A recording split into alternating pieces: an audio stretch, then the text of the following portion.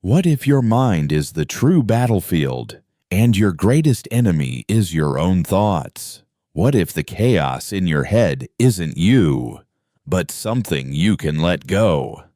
Marcus Aurelius once wrote, "You have power over your mind, not outside events. Realize this, and you will find strength." But how often do we forget this simple truth? You've probably felt it, the mental fog, the swirling noise, the endless loops of what ifs. We replay conversations, we obsess over outcomes, we drown in decisions, trapped in the agony of overthinking. It's a quiet storm, but one that leaves you exhausted. Today, we're going to confront this storm head on. You'll discover 10 practical Stoic techniques to stop overthinking and reclaim your mental clarity. So if you're ready to silence the noise, clear the clutter, and finally breathe, stick with me. 1. Visualize your overthinking as an external force. Imagine this. You're standing on a mountain. The air is crisp. The view is clear. Then, out of nowhere, fog creeps in. Slowly, silently. It starts with a single thought, but soon the whole sky is clouded. Overthinking feels like that. One small worry grows into a swarm. In today's world where information bombards us like hail in a storm, this happens all the time. We become consumed by questions. What if? What next? What did I miss? But here's what Marcus Aurelius teaches us. The happiness of your life depends upon the quality of your thoughts. That's why Stoicism's first step is powerful. See overthinking as something outside of you, not as who you are. Your thoughts are not your identity. They are not your truth. They're like clouds drifting past the mountain. And you are that mountain. Solid, unmoved, unshaken. So what do you do with these clouds? Observe them, but don't engage. Picture each thought inside a bubble. Watch it float away. This simple mental image reminds you, thoughts are temporary. They only control you if you hold on to them. Every time you practice this, you train your mind. You build a reflex of release. You become better at letting thoughts go before they turn into a mental storm. And with time, something shifts. You realize you are not your thoughts. You are not the noise. That realization becomes your shield like earplugs in a loud crowd. When overthinking starts to creep in, pause. Visualize the thought as just noise outside of you, separate from your core. And just like that, you start taking back your mind. 2. Take control by refocusing your energy. Have you ever found yourself spiraling through endless what-ifs, playing the same mental tape over and over until you're mentally drained? It's like having 20 browser tabs open in your head, and they're all playing loud, chaotic videos. But no matter what you do, you can't find the mute button. This is modern life. We're expected to know everything, be everywhere, react instantly. And so, we overthink not because we want to, but because we're overloaded. But Stoicism offers a different approach. Seneca said it best. True happiness is to enjoy the present without anxious dependence on the future. So here's the second Stoic tool. Redirect your energy to what's in front of you. When your mind feels cluttered, like a messy desk, start tidying it up. Do something small, something now, something real. Maybe you organize your workspace. Maybe you go for a walk. Maybe you read a chapter of a book that pulls you into the moment. Whatever it is, it should require your full presence, because you're not just distracting yourself. You're taking back control. You're telling your thoughts, I choose where my energy goes. And that's Stoic strength. Stoicism isn't about suppressing your thoughts. It's about mastering them. It's not denial. It's discipline. You don't need to shut down your mind completely. That's not realistic. What you need is to recognize when your thoughts no longer serve you and to have the courage to redirect them. Imagine training your mind like you train a muscle. Each time you catch yourself overthinking and choose to refocus, you're building strength, not overnight, but gradually, steadily. With every small redirection, that overwhelming tidal wave of thoughts, it becomes manageable. Wave by wave, you tame it through presence and deliberate action. 3. Embrace impermanence and learn to let go. Let's face it, your mind often clings to mistakes from yesterday, to fears about tomorrow, to what-ifs that loop like broken records. This is the playground of overthinking, where thoughts get sticky and refuse to leave. It doesn't matter who you are, a student bracing for exams, a professional stressing over a big presentation, or just someone lying in bed unable to sleep as your mind races. And yet, amidst this mental marathon, a Stoic truth lights the path. Everything changes. Epictetus once said, "He who fears death will never do anything worthy of a man who is alive." At first, this sounds dramatic, but it's heart. It's about impermanence. Nothing lasts forever. Not fear, not failure, not even that voice in your head. The thoughts that feel so heavy now, they're passing clouds. They're not eternal. That realization alone is powerful. It tells you that no thought has to trap you. Embracing impermanence means letting go of the idea that thoughts define you. They don't. They arrive. They linger. They leave. So practice letting go. Visualize a river flowing in front of you. Each thought is a leaf. You watch it land, float, and drift away. No resistance, no judgment, just release. Or picture the sky. Your thoughts are clouds. They reshape. They move. They disappear. These aren't just poetic ideas. They're tools that give you freedom. By making this a daily habit, you begin to declutter your mind.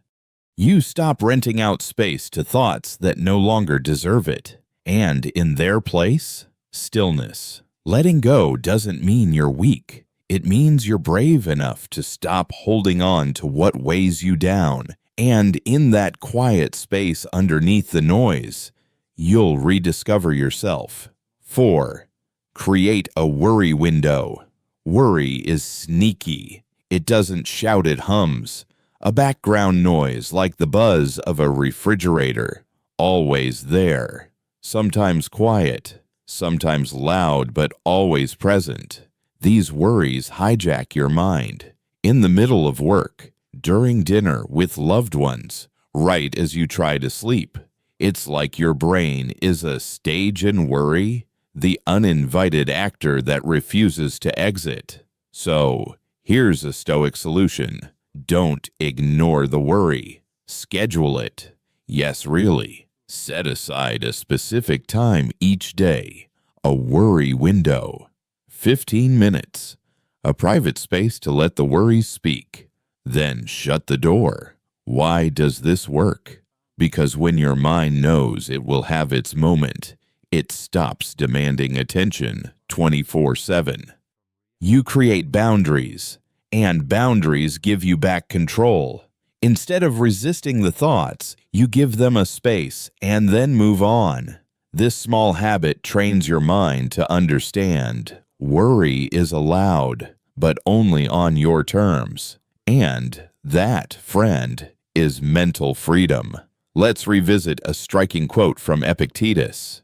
If you want to improve, be content to be thought foolish and stupid. At first glance, it may seem irrelevant, perhaps even offensive, but there's profound wisdom in these words. If you're willing to look deeper, most of our worry doesn't stem from reality. It stems from how we think we'll be perceived. We fear being misunderstood, seen as weak, or considered naive. And so we overthink. We rehearse conversations. We play out every scenario just to feel in control. But Epictetus challenges that instinct. He reminds us that the path to growth often means letting go of appearances and choosing peace over pride. That's the spirit behind the next Stoic technique.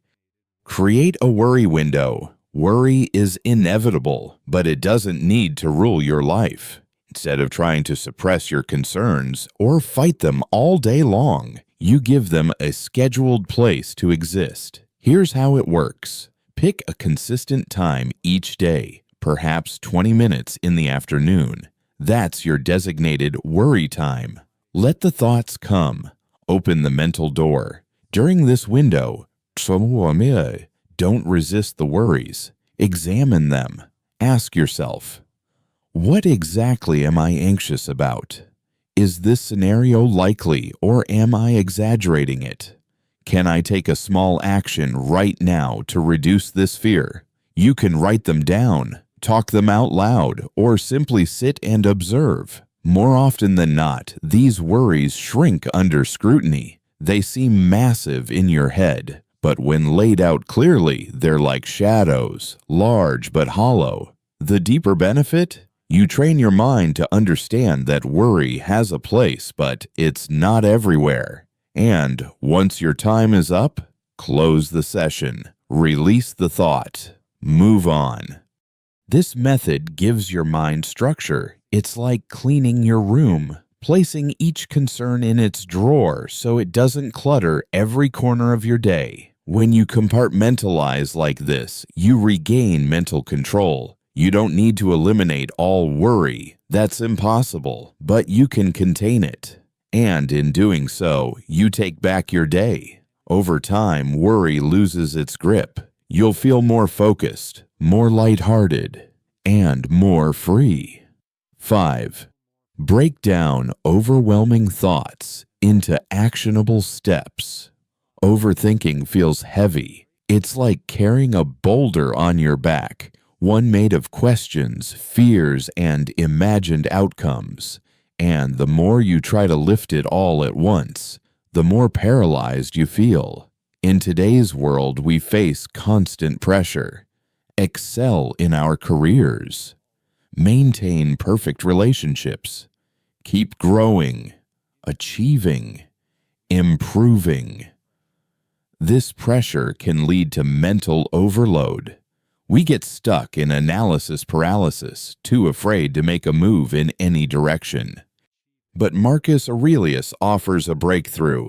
The impediment to action advances action. What stands in the way becomes the way. The very thing overwhelming you, the decision, the challenge, the fear, that is your path forward.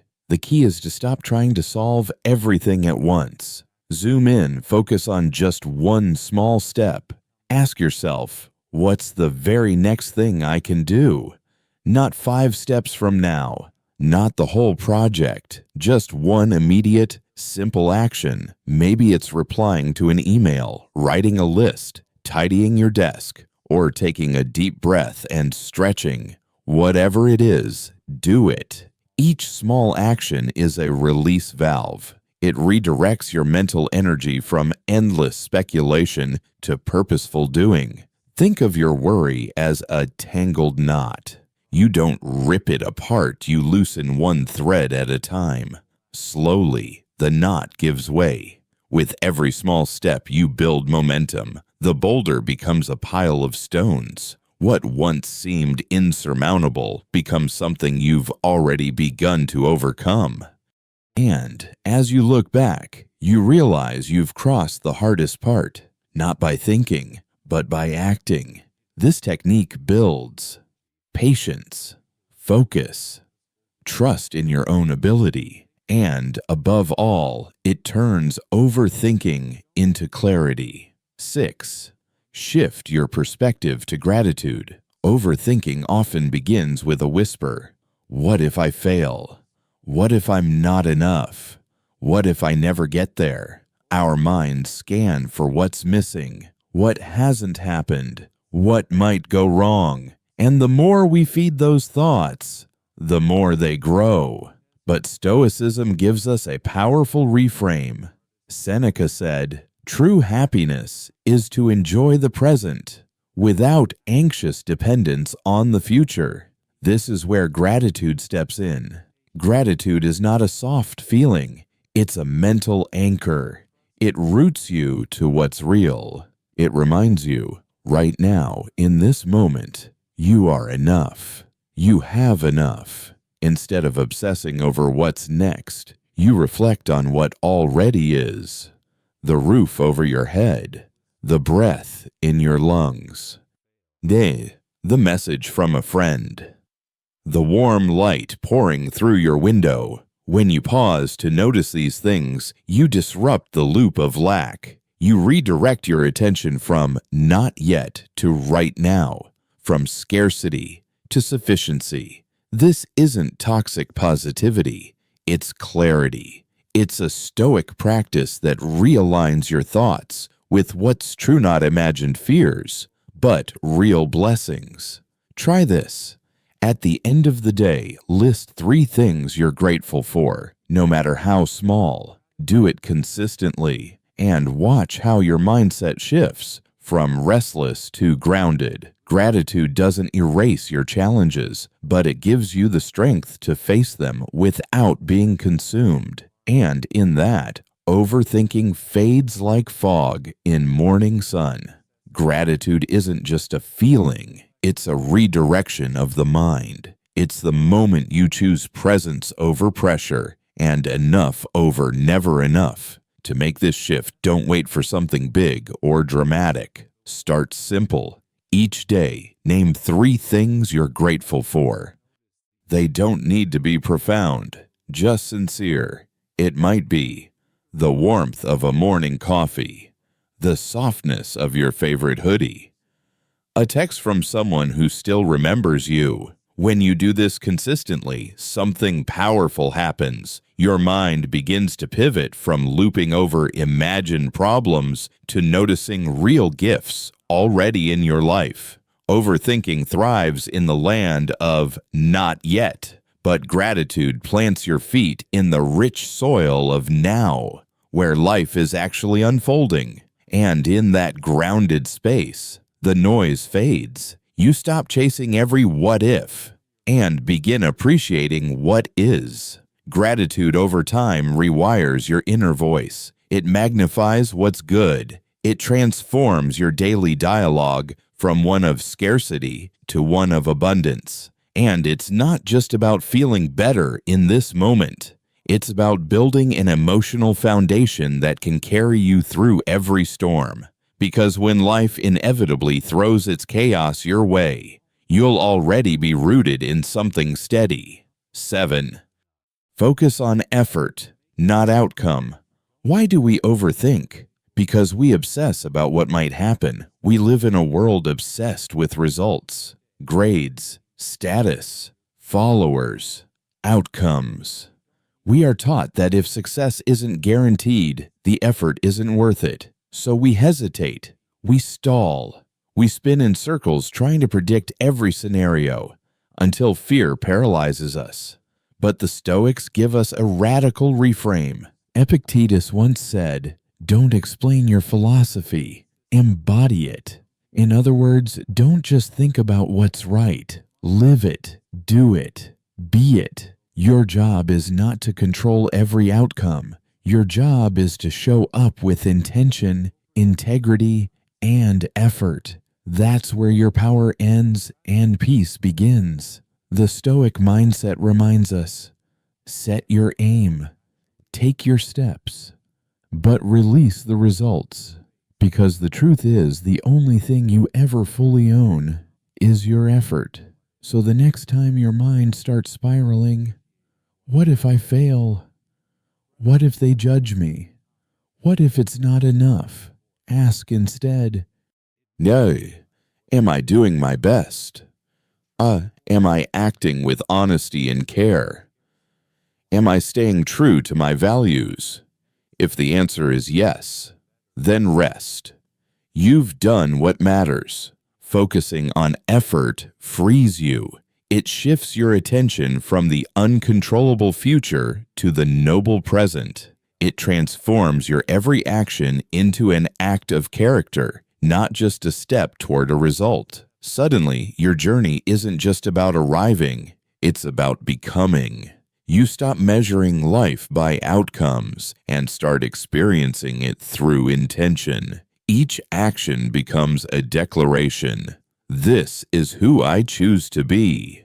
And with that, overthinking loses its grip. 8. Practice voluntary discomfort. Your mind fears discomfort, change, uncertainty, challenge, and so it creates simulations, mental rehearsals, endless scenarios, all in the name of preparation.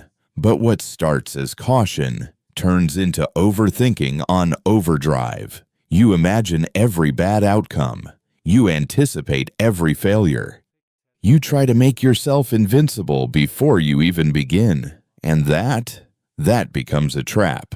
A prison made of pillows, comfortable but stifling. The Stoics knew this well. Marcus Aurelius said, "The art of living is more like wrestling than dancing."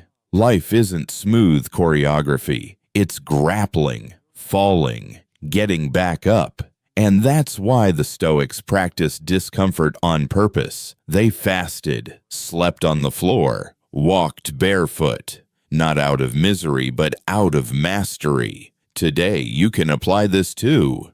Try taking a cold shower, skipping your usual convenience, sleeping without a pillow, walking instead of driving, speaking in public, even if your voice shakes.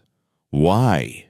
Because you're training your mind to see discomfort for what it really is: temporary, survivable, growth-inducing. You're proving to yourself that you can endure hard things, that the fear in your head is louder than the reality itself. Voluntary discomfort shrinks your fear of the unknown. It teaches you to stop overthinking potential pain because you've already tasted it and survived. It's not punishment, it's liberation. You step outside your comfort zone on purpose, so it doesn't control you anymore. And that's how you take back your power. Voluntary discomfort holds a strange secret. By choosing what's uncomfortable, we become more comfortable with life itself. It sounds like a paradox, but it's one of Stoicism's most liberating truths. When you step willingly into discomfort, you shrink its power over you. The cold becomes less cold. The unknown becomes less frightening. The change becomes something you respond to, not something that controls you. Why? Because your mind is learning. I've been here before. I chose this. And I'm still standing. The unfamiliar becomes familiar. Your nervous system stops sounding alarms at every inconvenience. You become less reactive and more deliberate. Voluntary discomfort doesn't just reduce overthinking. It builds inner strength, the kind that isn't shaken by minor irritations or sudden shifts. It prepares you to meet life as it is, messy, uncertain, real. And in that strength, there is freedom. It's how you train yourself to stop fearing uncertainty and start walking into it with calm eyes and steady breath. 9. Reflect on the transience of life. Why do we get stuck in spirals of overthinking? Because we zoom in too close. We analyze every word, every interaction, every imagined outcome, until tiny problems become monsters. We forget the big picture. We forget that this moment, this worry will pass. Seneca once said, "We are not given a short life, but we make it short. We are not ill-supplied, but wasteful of it." This quote hits deep, Every moment we spend looping on what might happen is a moment we didn't fully live. Another drop of life, wasted. Overthinking robs us of the only thing we truly have, the present.